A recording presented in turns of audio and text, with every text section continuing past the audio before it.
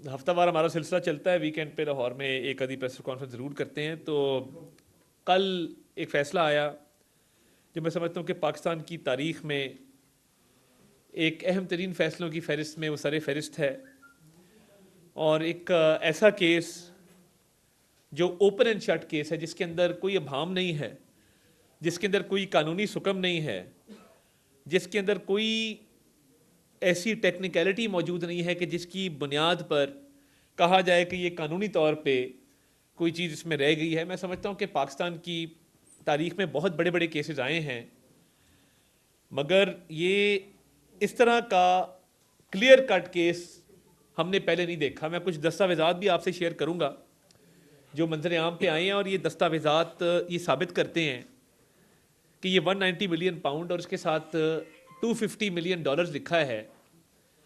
یہ asset recovery unit جو شہزاد اکبر جس کو ہیڈ کرتے تھے، اس نے اس کو اپنے دستاویزات میں ریکورڈ اماؤنٹ شو کیا ہے. ایسٹ ریکوری یونٹ بنایا گیا تھا اسلام آباد میں وزیر اعظم کے دفتر میں، اس غرض سے کہ اینٹی کرپشن اور جو معاملات ہیں ریکوریز کے حوالے سے، ان معاملات کو ان کی جانچ پڑتال کی جائے اور تدارک کیا جائے اور پیسے ریکور کر کے سرکاری خزانے میں جمع کرائے جائیں. یہ شہزاد اکبر صاحب جو تھے بطور مشیر احتساب ایک ایسٹ ریکوری یونٹ کو ہیڈ کرتے تھے، جس میں اور بھی لیگل ایکسپرٹس موجود تھے.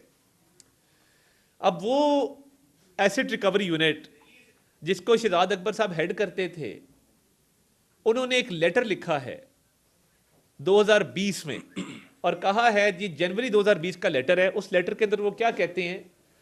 اس لیٹر میں وہ یہ کہتے ہیں کہ ہم نے حکومت پاکستان کو یہ پیسہ لے کے دے دیا ہے جو حکومت پاکستان کی ملکیت تھی، ہم نے ریکور کیا ہے. اور پھر انہوں نے ایک فہرست جاری کی جس کے اندر انہوں نے یہ لکھا کہ اس اتنے سالوں کے اندر ہم نے یہ اماؤنٹس ریکور کی ہیں جو کرپشن کا اور رشوت کا پیسہ تھا، اور ریکور کر کے حکومت پاکستان کے حوالے کر دیا ہے. اب یہ دیکھیں نا، اب آپ کے اپنے دستاویزات، شہزاد اکبر صاحب لندن بھی گئے، انہوں نے وہاں بھی کاغذات کو ادھر ادھر کرنے کی کوشش کی، آپ سب نے وہ فوٹیج دیکھی. یہ جو ایک ڈاکہ ہے پاکستان کی تاریخ کا سب سے بڑا، جس کے اندر سزا ہوئی ہے، اب اس میں کیونکہ دستاویزات بھی سامنے آ گئے ہیں، یہ بات بھی طے شدہ ہے کہ این سی اے نے یہ پیسہ ضبط کر کے پاکستان کی حکومت کو دیا کہ پاکستان کی عوام کا پیسہ ہے. کابینہ نے بند لفافہ منظور کر کے یہ پیسہ اسی شخص کے حوالے کر دیا جس شخص سے یہ ضبط کیا گیا تھا. آپ ایک جرم کریں ملک سے باہر، اس جرم کی پاداش میں آپ سے وہ پیسہ کانفسکیٹ کر لیا جائے، ضبط کر لیا جائے، اور حکومت پاکستان کو دیا جائے پاکستان کی عوام کی فلاح و بہبود کے لیے، ہیلتھ، ایجوکیشن، سڑکیں، پل، سینیٹیشن، کلین ڈرنکنگ واٹر، ان چیزوں کے لیے. اور حکومت بجائے اس کے کہ عوام کو دیتی، حکومت وقت کے 2-3 کرداروں نے طے کیا، جس میں بانی چیئرمین پی ٹی آئی سارے فہرست تھے، کہ ہم نے 5-5 کیرٹ کی انگوٹھیاں لینی ہیں، زمان پارک میں 25 کروڑ کا گھر نیا بنانا ہے. یہ وہی گھر جس میں حفیظ اللہ نیازی صاحب رہائش پذیر تھے زمان پارک کے اندر. آپ کو پتا ہے کہ ان کو پھر شفٹ ہونا پڑا، ان کو رینٹ پہ کہیں اور جانا پڑا، وہ ان کا ذاتی معاملہ ہے، میں اس پہ کامنٹ نہیں کرنا چاہتا. مگر وہ گھر گرا کے ایک نیا گھر بنایا گیا 25 کروڑ میں. میں پوچھنا یہ چاہتا ہوں، اور میں جب سے سیاست شروع کیا یہ پوچھ رہا ہوں، ہر کسی کا ایک ذریعہ آمدن ہوتا ہے. مجھے بتا دے بانی چیئرمین پی ٹی آئی کا ذریعہ آمدن کیا ہے؟ ان کے پاس کون سی آمدنی آ رہی تھی جس سے انہوں نے یہ 25 کروڑ کا نیا گھر بنایا؟ یا جو زمین فرج شیرازی کو لے کے دی گئی، وہ کہاں سے انہوں نے یہ زمین لی اور کس نے وہ زمین دی؟ ایک چیئر رکھ دیں جی علامہ صاحب کے لیے پلیز، جلدی رکھ دیں. اور یہ 200 کنال زمین ہو، 200 کنال زمین کے ساتھ 5 کیرٹ کی انگوٹھیاں ہوں، 25 کروڑ کا گھر ہو، یہ اس چیز کی رشوت تھی. وہ جو پیسہ این سی اے نے پاکستان کو دیا اور عمران خان صاحب نے اور ان کی اہلیہ نے وہ پیسہ اسی شخص کے حوالے کر دیا جس سے یہ ضبط کیا گیا تھا. یہ 80-90 ارب کا یہ گھپلا ہے، اور اس کا فیصلہ ہے جو خوش آئند ہے. اب جب یہ ساری چیزیں ثابت ہو گئی، اور این سی اے دیکھیں نیشنل کرائم ایجنسی ایک بڑی مایہ ناز تحقیقاتی ادارہ دنیا کا، شہباز شریف صاحب کی انویسٹیگیشن کی، اسی کمرے میں ہم نے پریس کانفرنس کی تھی، آپ کو دستاویزات دکھائے تھے کہ 5 ممالک میں تھرو انویسٹیگیشن کے بعد شہباز شریف صاحب کو کلیئر کیا انہوں نے. وہی این سی اے تھرو انویسٹیگیشن کے بعد یہ پاکستان کے حوالے کرتی پیسہ، اور یہ رشوت لے کے کروڑوں اربوں کی یہ پیسہ اسی شخص کو دے دیتے ہیں جس سے یہ ضبط کیا گیا تھا. یہ تو ثابت ہے نا. اس میں آپ کیا کہیں گے؟ کوئی لیگل آرگومنٹ نہیں ہے, کوئی لیگل جسٹیفیکیشن نہیں. میں یہ دستاویزات آپ کو بھیج رہا ہوں, یہ میڈیا کے اوپر آپ دکھا دیں کہ یہ وہ دستاویزات ہیں ایسڈ ریکوری یونٹ کے جو سب کے سامنے. اب جب کوئی چیز سمجھ نہیں نہ آئی اور کوئی دفاع نہیں تھا, کوئی ڈیفنس نہیں تھی, کہا گیا سیرت پر چلنے کی سزا. میں علماء حضرات کو, میرے ساتھ اس وقت ڈاکٹر مفتی انتخاب صاحب موجود ہیں, مولانا شعیب الرحمان صاحب موجود ہیں, مولانا اسلم ندیم صاحب موجود ہیں, مولانا عبد الوحید صاحب موجود ہیں, علامہ ارشد عابدی صاحب موجود ہیں, تمام مکتبہ فکر سے تعلق رکھنے والے علماء میرے رائٹ اور لیفٹ جو ہیں وہ تشریف فرما ہیں. بات صرف اتنی ہے, اور میں کہنا صرف یہ چاہتا ہوں کہ جب کچھ نہیں ملا اور لیگل ڈیفنس ہے نہیں, سیاسی طور پہ کیس لڑا گیا نا, کون سا یہ جو زمین القادر کی خریدی گئی اور وہاں پہ 28 کروڑ روپے اکاؤنٹ پہ گیا اور ایک شام ٹرسٹ میاں بیوی نے بنایا, بھائی عیدی کا ٹرسٹ کیوں نہیں بنا, شہزاد روئے کا کیوں نہیں بنا, ابرار الحق کا کیوں نہیں بنا, شیپا کا ٹرسٹ کیوں نہیں بنا, فاطمید فاؤنڈیشن کا کیوں نہیں بنا, سندس فاؤنڈیشن کا کیوں نہیں بنا, اتنے ادارے دنیا کے اندر, اسی شخص کا ٹرسٹ بنایا گیا جس سے آپ نے پیسے, جس کے حوالے وہ پیسے کر دیے اور کوئی نہیں ملا تھا. اب کہہ رہے ہیں کہ وہاں سیرت کی کلاسز پڑھائی جاتی ہیں. میں کارٹون وہاں پہ وہ دکھا رہے تھے, یہ ریکارڈ کی بات ہے, وہاں پہ بچے کارٹون دیکھ رہے ہیں, کوئی کھیل رہا ہے. کون سی ایسی وہاں پہ دینی تعلیم دی جا رہی. میں پوچھنا یہ چاہتا ہوں, ہر بات میں آپ مذہب کو لے آتے ہیں, ہر بات میں آپ کہتے ہیں کہ جی سیرت پہ چلنے کی سزا ملی. یہ اس سیاست سے مذہب کو دور رکھیں مہربانی فرما کے. ہمیں پتہ ہے کہ جب آپ کے کان میں آگے کوئی کہتا ہے اسلامی ٹچ دیں, ہم بیٹھے اس لیے کہ آپ اپنی سیاست کریں, ہم ہمارے پہ تنقید کریں, میری قیادت پہ تنقید کریں, سیاست کریں, بالکل کریں, سیاسی پوائنٹ سکورنگ بھی کریں, مگر اللہ کو, رسول کو, دین کو اس میں سے باہر رہنے دیں. نبی کریم صلی اللہ علیہ وسلم کی سیرت سے اس چیز کو جوڑنا ان اٹ سیلف میں سمجھتا ہوں کہ یہ بہت بڑا ایک توہین آمیز رویہ ہے کہ آپ کو جب کچھ نہیں ملتا تو آپ کہتے ہیں کہ جی ہمیں جو ہے وہ مذہب سے محبت کی سزا مل رہی. آپ نے کیا ساری عمر مذہب کا پرچار کیا ہے؟ آپ جب کرکٹ کھیلتے تھے آپ مذہب کا پرچار ساتھ ساتھ کرتے تھے جہاں سیریز کھیلنے جاتے تھے, یا جو آپ کے خلاف جتنے فیصلے باہر کے ممالک سے آئے ہیں وہ مذہب کی پاداش میں آئے ہیں کہ آپ وہاں پہ تبلیغ کر رہے تھے تو آپ کو روک دیا گیا کہ تبلیغ نہ کرو. کیا لاس اینجلس ہائی کورٹ کا ڈیسیجن تبلیغ سے ممانعت کے حوالے سے آیا ہے؟ کیا آپ دین اسلام کے لیے کام کر رہے تھے؟ بات اتنی ہے کہ سیاست ہوتی رہے گی مگر دین کا نام نہ لیں, خدا کا واسطہ, نبی کریم صلی اللہ علیہ وسلم کی ذات کو. اور یہ وہ لوگ ہیں, میں یہ کہنا چاہتا ہوں, یہ صاحبزادہ جہانگیر چیکو صاحب ہیں, ایک لندن میں ہوتے ہیں. ابھی پچھلے دنوں آپ نے دیکھا کہ ان کو اجلاس میں بیٹھنے کی اجازت نہیں دی گئی, اجلاس سے ان کو نکال دیا گیا. تو جب اجلاس سے ان کو نکالا گیا, یہ وہ شخص ہے جو مدینہ منورہ گیا, پورا ٹولہ لے کے گیا, اور جب یہ پورا ٹولہ لے کے مدینہ منورہ گیا تو وہاں پہ مسجد نبی صلی اللہ علیہ وسلم جہاں پہ قدموں کی چاپ کی آواز انسان آہستہ رکھتا ہے, حد ادب میں رہتا ہے کہ وہاں پہ قدموں کی چاپ کی آواز نہ آئے. ایک ادب کا ایک اعلیٰ مقام ہے, ایک اتنے ادب کی جگہ ہے کہ لوگ اپنی عقیدت کے تحت اونچی آواز میں بھی بات نہیں کرتے, سرگوشی کرتے ہیں. یہ ہمارا عقیدہ ہے, ہمارا ایمان ہے. آپ نے وہاں پہ شاہزین بگٹی کے بال کھینچے, آپ نے وہاں پہ مریم اورنگزیب صاحبہ کو جو ہے وہ ان کا گھیراؤ کر کے آپ نے نعرے لگائے وہاں پہ. یعنی یار آپ لوگ عمرے کے لیے جاتے ہیں, آپ پارٹی کے جھنڈے لے کے جاتے ہیں وہاں پہ. مطلب خدا کا خوف کریں, کوئی مرنا بھی ہے, کو اللہ تعالیٰ کو بھی حساب دینا ہے. اور ایک بچہ اٹھتا ہے, وہ کہتا ہے کہ جی حضرت عبداللہ کے بعد اور حضرت بی بی آمنہ کے بعد جو سب سے لکی پیرنٹس ہیں دنیا کے وہ شوکت خانم اور نعوذ باللہ اکرام اللہ نیازی ہیں. وہ ویڈیو کسی نے دیکھی, کسی نے کنڈیم کیا, اور خان صاحب سٹیج کے اوپر ہیں اور سینہ تان کے کھڑے ہیں اور اپریشیٹ کریں کہ یہ بچے نے کیا بات کر دی آج. کوئی کہہ رہا ہے دور حاضر کا پیغمبر ہے, یہ سامنے کھڑے ہو کے خاتون کہہ رہی ہے یہ جو ہے یہ دور حاضر کے پیغمبر ہیں, وہ کھڑے ہیں وہاں پہ سٹیج کے اوپر. کوئی تھوڑا سا خیال کریں اپنی اس سیاست سے, اپنی یہ جو رشوت اور آپ کو کرپشن کے کیس میں ڈاکے میں آپ کو سزا ملی ہے, اس کو مذہب کو بیچ میں مت لائیں. اور میں دوبارہ کہوں گا کہ یہ کون سی ایسی دین کی خدمت القادر یونیورسٹی میں ہو رہی, بتا دیں. کل ہمارے 2-3 صحافی گئے ہوئے تھے, انہوں نے بتایا وہاں پہ بچے جو ہیں وہ اور ایکٹیویٹیز کر رہے ہیں, اور پڑھائیاں کر رہے ہیں, کوئی کارٹون لگا ہوا ہے, کوئی کہیں پہ کوئی ایکٹیویٹی ہو رہی ہے, اور آپ نے پوری قوم کے سامنے جھوٹا پرچار کیا کہ جی وہاں پہ سیرت کی تعلیم دی جا رہی ہے. خدارا جب یہ کوئی جواب نہیں نہ ملتا, پتہ ہے انہوں نے کنسلٹنٹ رکھے ہیں جو ملک سے باہر بیٹھے ہیں, وہ کیا کہتے ہیں یہ ان کو ای میل کرتے ہیں, وہ کہتے ہیں کہ جی یہ پاکستانی قوم جذباتی قوم ہے, دین سے اس قوم کی رغبت ہے, اللہ رسول کو ماننے والے لوگ ہیں, تو آپ ایک کام کریں, ٹوسٹ دے دیں, ٹوسٹ دے دیں, اس کو مذہب سے جوڑ دیں اس چیز کو. تو یار خدا کا خوف کریں کوئی تھوڑا سا. یہ جو کرپشن کا کیس ہے نا, آج علیمہ خان صاحبہ کہہ رہی ہیں کہ یہ اس کو 190 ملین پاؤنڈ کا کیس نہ کہیں, اس کو القادر کیس کہیں. یہ بھی مذہبی ٹچ ہے نا, کہ اس کا نام بھی جو ہے وہ القادر جو ہے وہ کہا جائے اور پکارا جائے. یہ ثابت شدہ چیز ہے, جو آپ نے جرائم کیے ہیں پوری دنیا کے سامنے آ چکے ہیں, پوری دنیا ان کو دیکھ چکی ہے, اور پوری دنیا, آپ ان کا ایک کلپ ابھی دیکھا میں نے, حامد میر صاحب کا ایک پروگرام کے اندر یہ کہہ رہے ہیں کہ جی ملک ریاض جو ہے وہ جس کو چاہتا ہے خرید لیتا ہے, جب کوئی اس کا کام نہیں ہو رہا ہوتا وہ خرید لیتا ہے, وہ پیسے خرچ دیتا ہے, وہ کوئی نہ کوئی رشوت دے دیتا ہے. مکہ فاتح عمل ہے نا, جو بات یہ منہ سے نکالتے ہیں وہ ان پہ آ کے فٹ ہوتی تھوڑی دیر بعد. اور یہ جو 5-5 کیرٹ کی انگوٹھیاں مانگنا, 25 کروڑ کا گھر بنا لینا, 28 کروڑ اکاؤنٹ میں جمع کرا دینا, اربوں روپے کا کسی کو فائدہ دے دینا. آپ میرے سے لیگل آرگومنٹ کریں, میں پوری پی ٹی اے کو چیلنج کرتا ہوں, آپ لیگل آرگومنٹ بتائیں کہ کیا این سی اے نے یہ پیسہ حکومت پاکستان کے حوالے کیا کہ نہیں کیا؟ کیا. کیا ضبط کر کے کیا؟ جی ضبط کر کے کیا. بطور جرمانے کے کیا حکومت پاکستان کو دیا؟ جی دیا. کیا جب حکومت پاکستان کے پاس یہ پیسہ آیا تو بند لفافے میں کابینہ میں پیش کیا گیا؟ جی پیش کیا گیا. جب کابینہ میں پیش کیا گیا اور خان صاحب نے خود کہا کہ اس کو نہیں کھولنا, فواد چودھری نے کہا کھولیں, شیری مزاری نے کہا کھولیں, مراد سعید نے بھی سوالات اٹھائے, مگر یہ بند لفافہ کھولنے نہیں دیا گیا. کیوں؟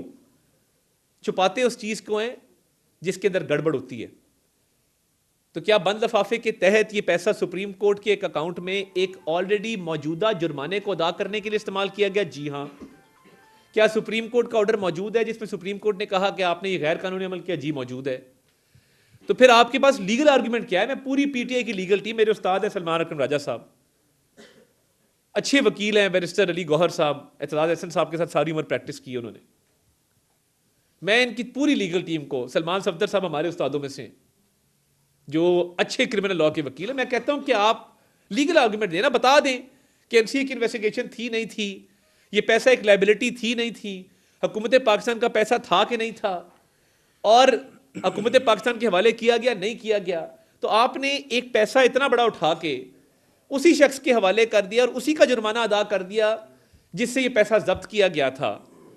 اور یہ آپ کے بغیر کیا وہ شخص یہ سکت رکھتا تھا؟ اگلا سوال, کیا وہ شخص ملک ریاض صاحب یہ سکت رکھتے تھے کہ وہ عمران خان اور اس کی بیگم کے بغیر یہ پیسہ اپنے نام کروا لیتے؟ جواب ہے نہیں.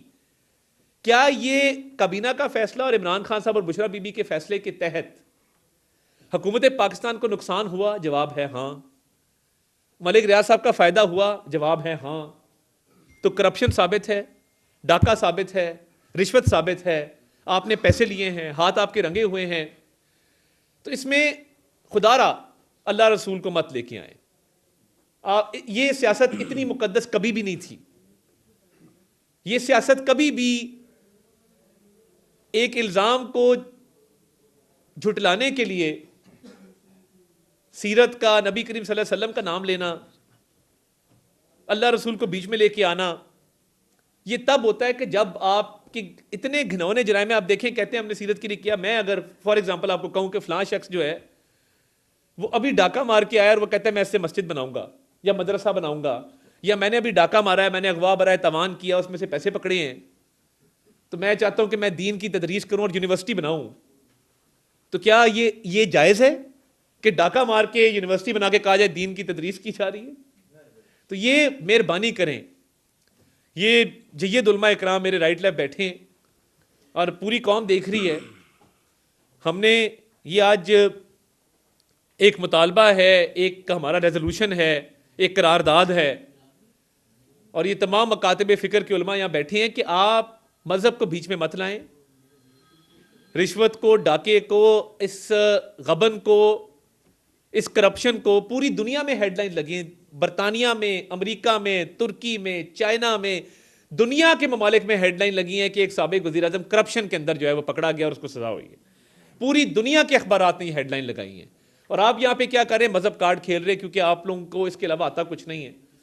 تو یہ آج مقصد تھا کہ آپ کو ہم یہ گوش گزار کرتے کہ مذہب بہت مقدس ہے اور سیاست اتنی مقدس نہیں ہے کہ آپ جھوٹ کو، منافقت کو، کرپشن کو، ڈاکے کو، رشوت کو جسٹیفائی کرنے کے لیے آپ مذہب کا سہارا لے رہے ہیں. یہ کام نہ کریں. سیاست ہوتی رہے گی، مگر ہم نے اللہ رسول کو جواب دینا ہے. یہ معاملہ ٹھیک نہیں ہے، یہ جائز نہیں ہے. علماء کرام میں سے کوئی بات کرنا چاہے تو جی موسٹ ویلکم. بسم اللہ الرحمن الرحیم. سب سے پہلے تو میں مکمل تائید کروں گا جو عطا اللہ تارڑ صاحب وفاقی وزیر صاحب نے اس حوالے سے گفتگو کی ہے. دیکھیں، ہر بندہ مسلمان جو ہوتا ہے اس کو یہ حق حاصل ہے کہ وہ دین کی، اسلام کی، اللہ تعالیٰ کے احکام اور نبی اکرم صلی اللہ علیہ وسلم کی سیرت طیبہ کا ذکر بھی کرے اور خدمت بھی کرے اسلام کی. مگر اسلام دین کبھی بھی کسی بھی شخص کو اس بات کا حق نہیں دیتا کہ وہ دوسروں کے مال کو غبن کر کے، اور خاص طور پر وہ شخص جو پاکستان کے مین عہدے کے اوپر بیٹھا ہوا ہے، جو وزیر اعظم پاکستان کے، لوگوں کا مال غبن کر کے، فراڈ کر کے، اسلام کا نام استعمال کر کے اور اسلام کے نام کے اوپر ایک یونیورسٹی قائم کرے، اور اس یونیورسٹی کے اندر، اس القادر ٹرسٹ کے اندر یونیورسٹی میں جو کام ہو رہا ہے وہ آپ میڈیا والے بھی جانتے ہیں، اور اس وقت وفاقی وزیر صاحب نے جو اس کی وہ نشاندہی کی ہے وہ بھی کسی سے لکے چھپی بات نہیں. میں بارے دیگر آپ کی وساطت سے پھر کہنا چاہتا ہوں بانی پی ٹی آئی کو اور ان کے جو حواری ہیں کہ خدا را پاکستان کو آپ نے ریاست مدینہ کے نام پر، اور پاکستان کی نوجوان نسل کو، بچوں کو، بچیوں کو جو ریاست مدینہ کے نام پر آپ نے جس گمراہی کے اندھیرے کے کمرے کے اندر دھکیل دیا ہے اور بے راہ روی کا شکار کر دیا ہے، آپ مہربانی کریں، بس کریں، اس قوم کو، اس قوم کی نسل کو جینے کا حق دیں. تو میں اس موقع پر آپ کی وساطت سے گزارش کرنا چاہتا ہوں کہ یہ جو القادر ٹرسٹ کا جو ایک فیصلہ، جو 190 ملین ڈالر کا جو فیصلہ ہے، پاؤنڈ کا جو فیصلہ آیا ہے، یہ بالکل یہ کرپشن ہے. اور جس طرز پہ پیسہ جو ہے وہ باہر سے منگوایا گیا، اور پھر جس طرز سے جو ہے وہ سپریم کورٹ میں اس کو جمع کرایا گیا، پھر اس طرز پہ جو ملک ریاض صاحب جو تھے، ان کے جو ساتھی تھے، معاون تھے، ان تک اس پیسے کو پہنچایا گیا. یہ ایک پورا جال کرپشن کا بکھیرا گیا. لیکن سوئے نصیب کہ اس جال کے اوپر جو لیول لگایا جا رہا ہے وہ ریاست مدینہ کا، وہ اسلام کا، وہ رسول اللہ صلی اللہ علیہ وسلم کی سیرت طیبہ کا.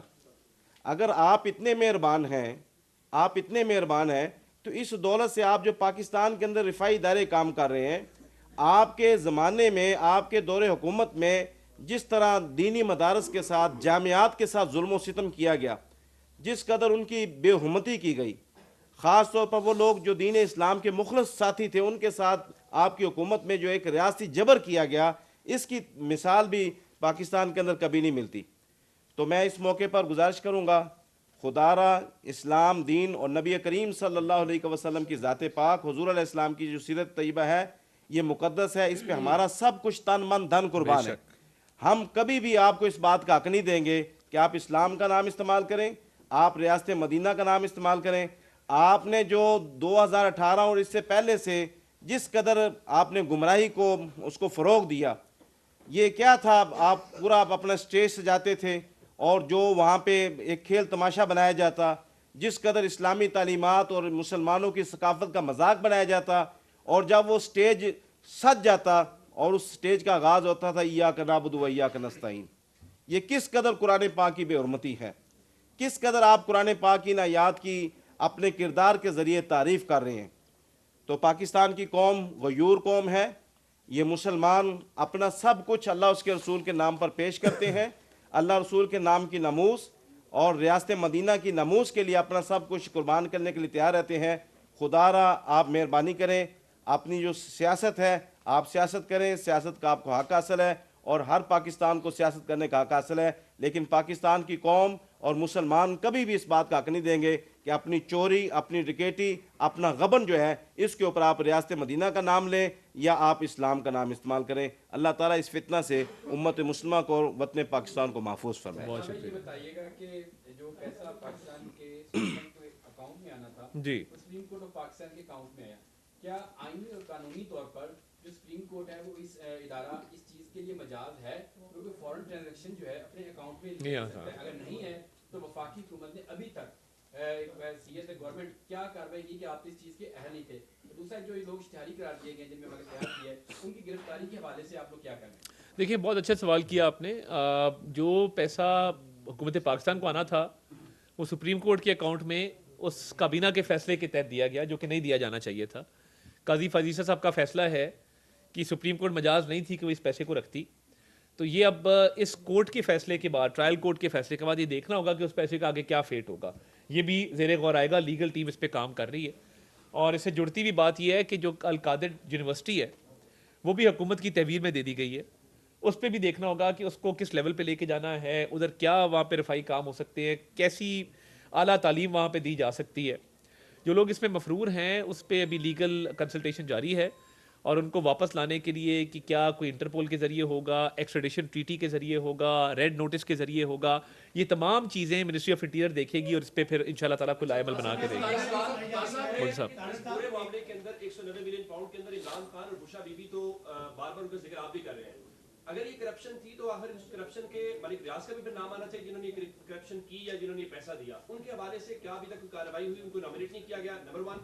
نمبر 2, کابینہ کا فیصلہ تھا تو پوری کابینہ نامینیٹڈ کیوں نہیں ہے, صرف بشرا بی بی کیوں؟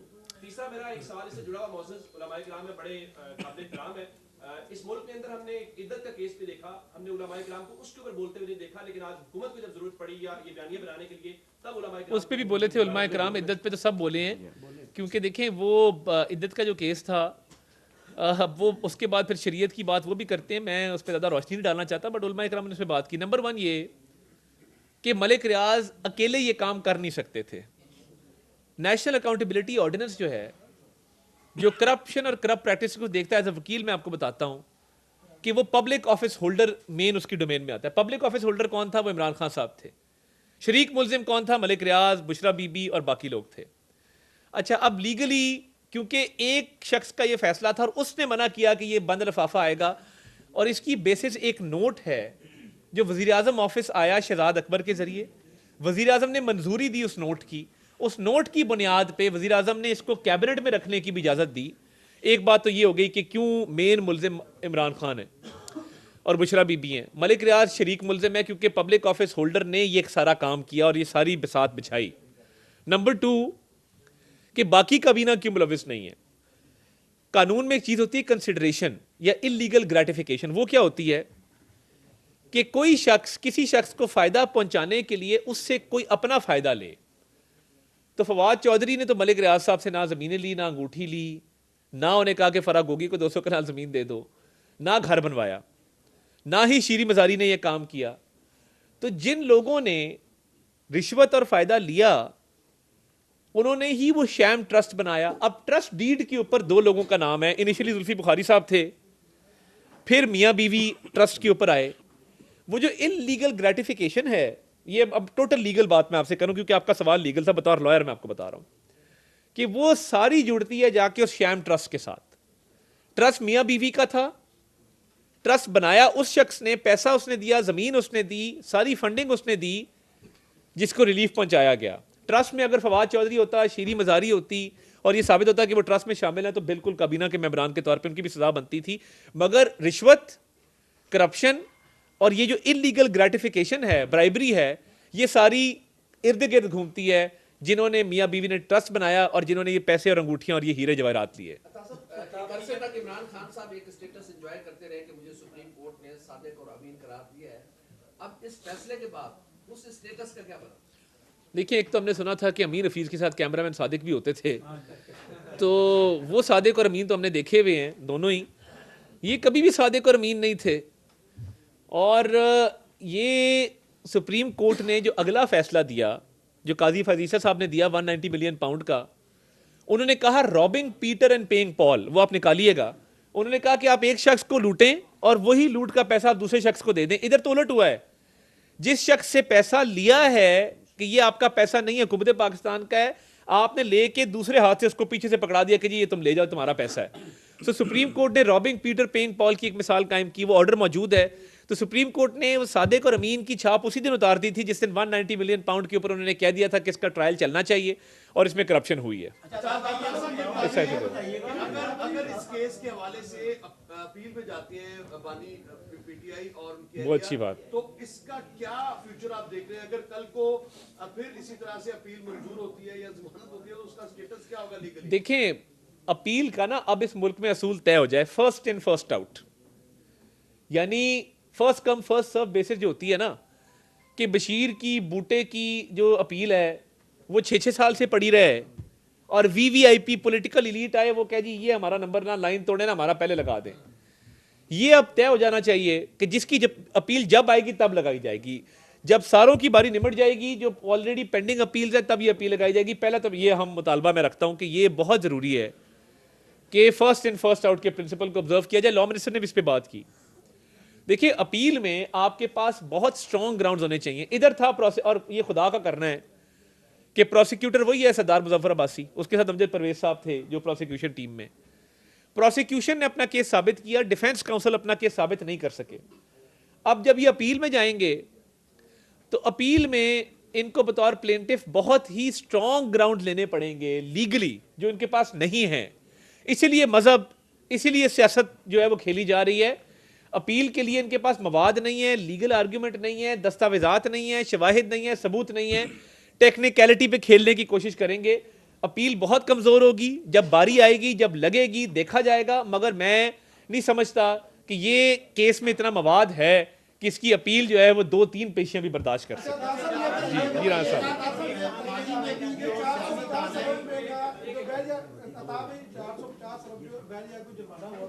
جس مد میں یہ پیسہ جو ہے وہ آپ تک آیا.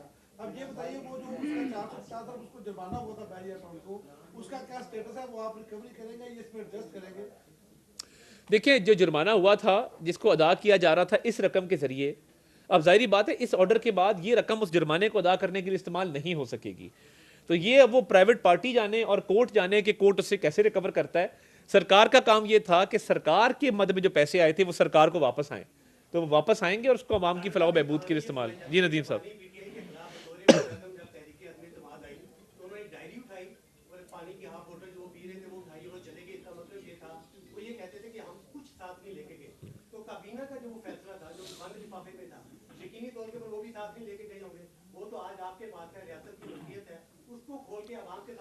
دیکھیں یہ کیونکہ نیب نے فیصلہ کرنا ہے, سبجیکٹ میٹر ہے نا انکوائری کا. نیب کی ایک انکوائری ہے, اس کا یہ سبجیکٹ میٹر ہے. یہ لیٹر انویسٹیگیٹنگ ایجنسی نے اس کی کانگریزنس لی ہے. اب مجھے وکیل ہونے کا تھوڑا سا فائدہ ہو جاتا ہے کہ میں سیاستدان کی ہیٹ اتارتا ہوں, وکیل کی پہن لیتا ہوں. تو جس تحقیقاتی ادارے کا یہ سبجیکٹ میٹر ہے انکوائری کا, اس تحقیقاتی ادارے نے اپیل میں اس کو ڈیفینڈ کرنا ہے. وہ تحقیقاتی ادارہ اگر سمجھے گا اور گورنمنٹ کو لکھے گا کہ جی اس کو ڈی سیل کر دیں, اس کو اوپن کر دیں, ہمارے سامنے لے آئیں, تو ہم ضرور لے آئیں گے. مگر جب تک یہ میٹر اپنی فائنلٹی اٹین نہیں کرتا فردر, تب تک میں سمجھتا ہوں کہ یہ اپنی دانست پہ یا اپنے طور پہ یہ کام نہیں کیا جا سکتا. ہیونگ سیڈ دیٹ, پانی کی بوتل کے ساتھ بلغاری کا سیٹ بھی لے گئے, بلغاری کے سیٹ کے ساتھ گراف کی گھڑی بھی لے گئے, گراف کی گھڑی کے ساتھ ہیرے جواہرات بھی لے گئے.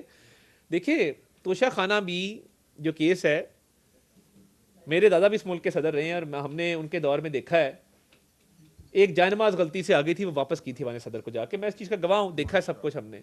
بات یہ ہے کہ یہ جو آڈیو تھی جس میں وہ کہا جا رہا ہے کہ یہ اس کی تصویر نہ کھینچو, یہ ہیرے جواہرات میرے دل کے قریب رہنے دو, میں ان کو دیکھ سکوں, تسکین حاصل کر سکوں. آپ دیکھیں کہ کتنی وہ لالچ ہوگی جس کے تحت بلیک مارکیٹ میں یہ تحائف بیچے گئے ہیں. اور کہتے ہیں جی فلاں بھی توشہ خانہ سے فلاں چیز لے گیا. جتنے پاکستان میں حکمران رہے ہیں ان کو ایک فیسلٹی اویلیبل تھی کہ اس کا 1% آپ پے کر کے وہ اپنے ذاتی استعمال میں چیز لے آئیں. یہ کسی نے نہیں کیا کہ وہ لے آئیں, وہ دبئی لے جائیں, وہاں پہ فرا بچی جائے, وہ معصوم سی بچی جس کو نہ کہتے, معصوم سی بچی میرے ساتھ ہوتی, ایڈی معصومیت ویسے میں زندگی نہیں دیکھی, تو وہ اسی چیز کو باہر بیچیں 10 times the price of market value. آپ نے پہلے اس کی ڈیپریشیٹڈ ویلیو لگوائی نا, آپ نے جس ویلیور کو بھیجا جو ویلیویشن کرتے ہیں, اسیسی ہے, اس نے اس کی قیمت مارکیٹ پرائس سے 10 گنا کم لگائی, اس کا 20% پے کیا, باہر لے گئے, بیچ دیا. اور کئی چیزیں قابل فروخت نہیں ہوتی ہیں. جو آپ کو بادشاہ یا مختلف ممالک کے سربراہان آپ کو چیزیں گفٹ کرتے ہیں نا, کسٹم میڈ ہوتی ہیں, بائی اپوائنٹمنٹ ملتی ہیں, وہ ان کی فروخت نہیں ہو سکتی, بیکاز وہ توقع یہ ہوتی ہے کہ یہ صرف آپ کے ذاتی استعمال میں رہے گی, بلیک مارکیٹ کے استعمال میں نہیں رہے گی. ایک ادھر سے لے لیتے ہیں. ਜਾ ਰਿਹਾ ਕਿ ਸਾਡੀ ਗੱਲ ਹੋ ਗਈ ਕਿ ਐਸਟੈਬਲਿਸ਼ਮੈਂਟ ਤੋਂ ਡੀਲ ਕੀ